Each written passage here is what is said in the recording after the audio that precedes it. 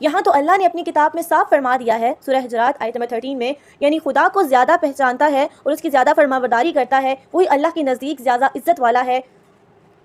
حضرت ابراہیم علیہ السلام ایک بت پرست کے گھر پیدا ہوئے، مگر انہوں نے اللہ کو پہچانا اور اس کی فرمانبرداری کی، اس لیے اللہ نے ان کو ساری دنیا کا امام بنا دیا۔ حضرت نوح علیہ السلام کا لڑکا ایک پیغمبر کے گھر پیدا ہوا، مگر اس نے اللہ کو نہ پہچانا، اللہ کی نافرمانی کی، اس لیے اللہ نے اس کو خاندان کی کوئی پرواہ نہیں کی اور اسے ایسا عذاب دیا جس پر دنیا عبرت دیکھتی ہے، عبرتناک سزا دی۔ بس خوب اچھی طرح سمجھ لو کہ اللہ کے نزدیک انسان اور انسان میں جو کچھ بھی فرق ہے وہ علم اور عمل کے لحاظ سے ہے، دنیا میں بھی اور آخرت میں بھی۔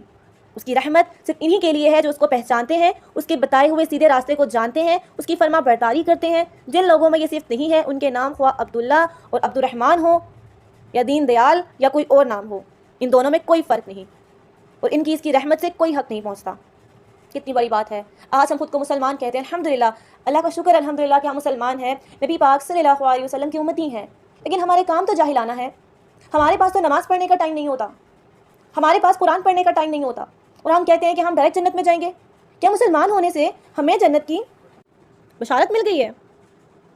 آج مسلمان ذلیل کیوں ہے؟ پہلے یہ سمجھنا پڑے گا۔ تم اپنے آپ کو مسلمان کہتے ہو اور تمہارا ایمان ہے کہ مسلمان پر اللہ کی رحمت ہوتی ہے، مگر ذرا آنکھیں کھول کر دیکھو، کیا اللہ کی رحمت تم پر نازل ہو رہی ہے؟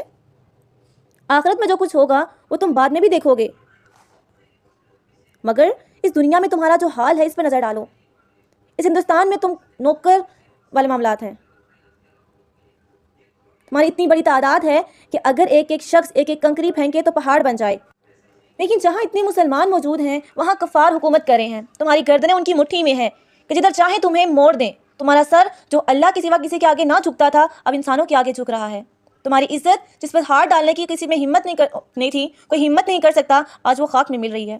تمہارا ہاتھ جو ہمیشہ اونچا ہی رہتا تھا اب وہ نیچا ہوتا جا رہا ہے اور کافر کے آگے پھیلتا ہے۔ جہالت اور افلاس اور قرض داری نے ہر جگہ تم کو ذلیل و خوار کر رکھا ہے۔ کیا یہ خدا کی رحمت ہے؟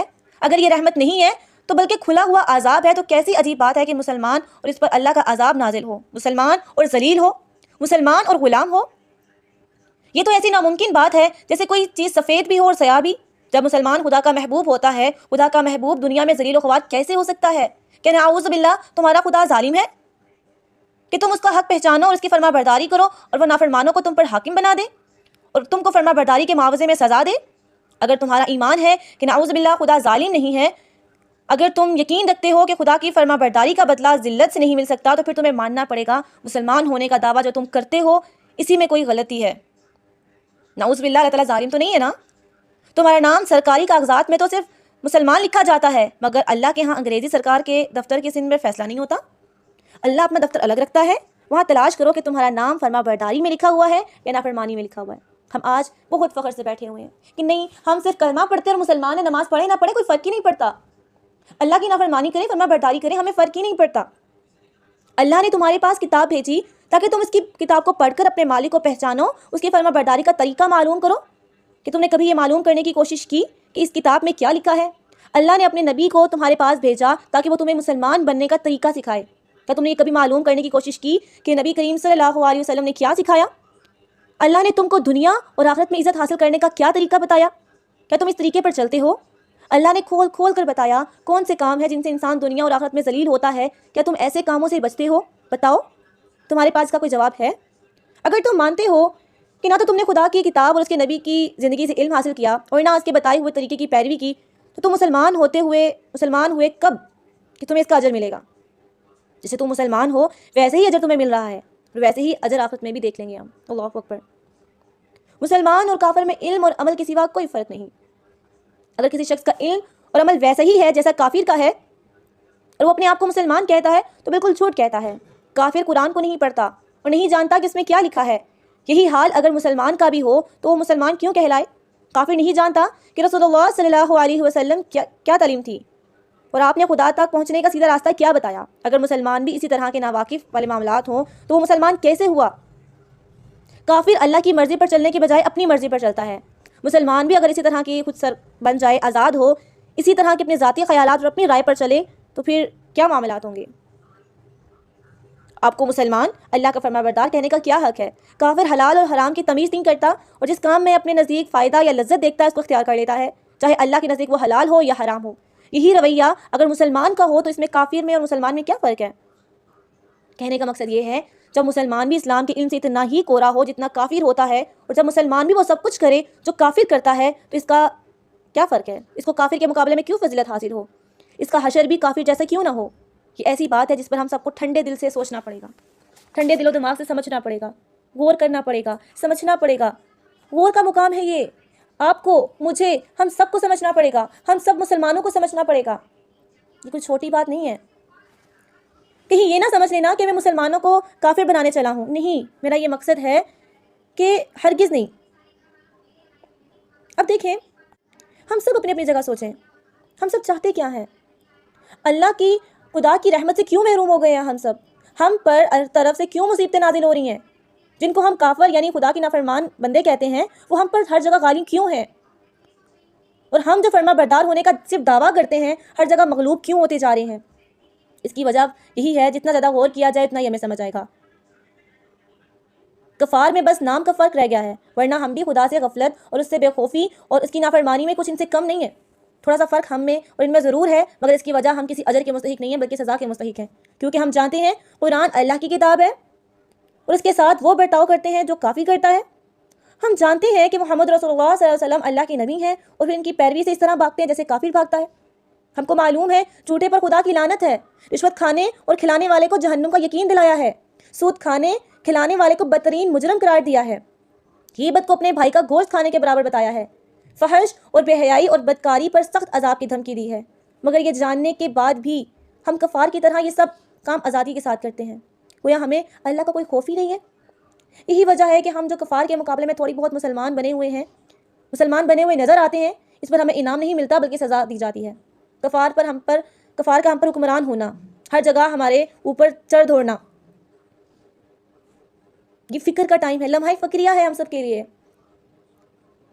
ہم سب کو جائزہ لینا ہوگا اپنا۔ ہر مسلمان کو معلوم ہونا چاہیے قرآن کی تعلیم کیا ہے، رسول پاک صلی اللہ علیہ وسلم کا طریقہ کیا ہے، اسلام کس کو کہتے ہیں، اور کفر اسلام میں اصلی فرق کن باتوں کی وجہ سے ہوتا ہے۔ اس علم کے بغیر کوئی شخص مسلمان نہیں ہو سکتا، مگر افسوس ہے کہ ہم اسی علم کو حاصل کرنے کی فکر نہیں کرتے۔ اس سے معلوم ہوتا ہے کہ ابھی تک ہم کو احساس ہی نہیں ہوا کہ ہم کتنی بڑی نعمت سے محروم ہیں۔ ماں اپنے بچے کو دودھ بھی اس وقت تک نہیں دیتی جب تک وہ رو رو کر مانگتا نہیں ہے۔ پیاسے کو جب پیاس لگتی ہے تو وہ خود پانی ڈھونڈتا ہے، اور اللہ اس کے لیے پانی پیدا بھی کر دیتا ہے۔ جب تمہیں خود ہی پیاس نہیں ہے، پانی سے بھرا ہوا کنواں بھی تمہارے پاس آ جائے تو بیکار ہے۔ پہلے تم کو خود سمجھنا چاہیے کہ دین سے ناواقف رہنے میں تمہارا کتنا بڑا نقصان ہے۔ اللہ کی کتاب تمہارے پاس موجود ہے، مگر ہم نے نہیں پڑھا، ہم نہیں جانتے کہ اس میں کیا لکھا ہے۔ اس سے زیادہ نقصان کی بات اور کیا ہو سکتی ہے؟ نماز تم پڑھتے ہو مگر تمہیں نہیں معلوم کہ اس نماز میں تم اپنے اللہ کے سامنے کیا عرض کرتے ہو۔ اس سے بڑھ کر کیا نقصان ہو سکتا ہے؟ کلمہ جس کے ذریعے سے تم اسلام میں داخل ہوئے ہو، اس کے معنی تم تک معلوم نہیں ہے، تم نہیں جانتے اس کلمہ کو پڑھنے کے ساتھ ساتھ تم پر کیا ذمہ داریاں عائد ہوتی ہیں۔ ایک مسلمان کے لیے اس سے بڑھ کر اور کیا نقصان ہو سکتا ہے کہ کھیتی کے جل جانے کا نقصان تم کو معلوم ہو، روزگار نہ ملنے کا نقصان تم کو معلوم ہو، اپنے مال کے ضائع ہو جانے کا نقصان تم کو معلوم ہو، مگر اسلام سے ناواقف ہونے کا نقصان تمہیں معلوم نہیں۔ جب تم اس نقصان کا احساس کرو گے، تمہیں اس کا احساس ہوگا، تم خود کو آ کر کہو گے کہ ہمیں اس نقصان سے بچاؤ، اور جب تم خود کہو گے تو انشاءاللہ تمہیں اس نقصان سے بچانے کا بھی انتظام اللہ تعالیٰ کر دیں گے۔ اندازہ لگائیے آج مسلمان کیوں برباد ہے، آج مسلمان کیوں ذلیل ہے، آج ہمارے معاملات کیا ہیں؟ جس اللہ نے ہمیں پیدا کیا، جس نے ہمیں رزق دیا، ہمارے جسموں کو ٹھیک ٹھاک بنایا، ہم اس اللہ کی نافرمانی کرتے ہیں۔ جب قرآن میں اللہ نے فرما دیا اپنی نظروں کو نیچے رکھو، اور ہم کیا معاملات کرتے ہیں؟ جب فحاشی والے کاموں سے منع کر دیا گیا، ہم وہی کام کرتے ہیں۔ آج مسلمانوں کو یہ حال ہو گیا، جو ہمیں چیز اچھی لگے گی، جو ہمارے لیے آسان ہے وہ ہم کریں گے، جو ہمارے لیے مشکل ہے وہ ہم نہیں کریں گے۔ یہ کہاں سے سیکھ لیا ہم نے؟ یہ کہاں سے سمجھ لیا ہم نے؟ اور کہاں پہ لکھ دیا گیا کہ جنت تو ہماری ہے، ہم جو مرضی کریں، جو دل میں آئے حلال حرام کرتے ہیں، جنت تو ہماری ہے۔ تو ہم سب کو سمجھنا پڑے گا، یہ آپ کے لیے، یہ میرے لیے لمحہ فکریہ ہے، تو رائٹ ناؤ اللہ سے توبہ کیجیے، اللہ سے بخشش مانگیے، علم حاصل کیجیے، علم حاصل کرنے کے بعد عمل کیجیے، مسلم اور کافر میں فرق کو پہچانیے، غور کیجیے، ہمیں سمجھنا پڑے گا۔ ہم سب چاہتے ہیں کہ ہمیں ہدایت مل جائے، ہدایت کسی کٹورے میں ملے گی نہیں ہمیں کہ ہم نے اس کو پی لیا ہمارے اندر چلے گی ہدایت آگے، نہیں، ہمیں کھوج لگانی پڑے گی، ہدایت کے لیے تڑپ دکھانی پڑے گی، غلط کاموں کو چھوڑنا پڑے گا۔ تو اللہ سے دعا کیجیے۔ آخر میں دعا ہے کہ اللہ تعالیٰ ہم سب کو صحیح علم سیکھنے کی اور عمل کرنے کی توفیق عطا فرمائے، اور صحیح مسلمان، صحیح مومن بننے کی توفیق عطا فرمائے۔ قرآن کے لیے وقت نکالنا پڑے گا، اللہ کے لیے وقت نکالنا پڑے گا، تبھی ہم دنیا اور آخرت میں کامیاب ہو سکتے ہیں انشاءاللہ۔ مجھے اپنی خاص دعاؤں میں یاد رکھیے گا. جزاک اللہ خیر. فی امان اللہ. السلام علیکم ورحمۃ اللہ وبرکاتہ.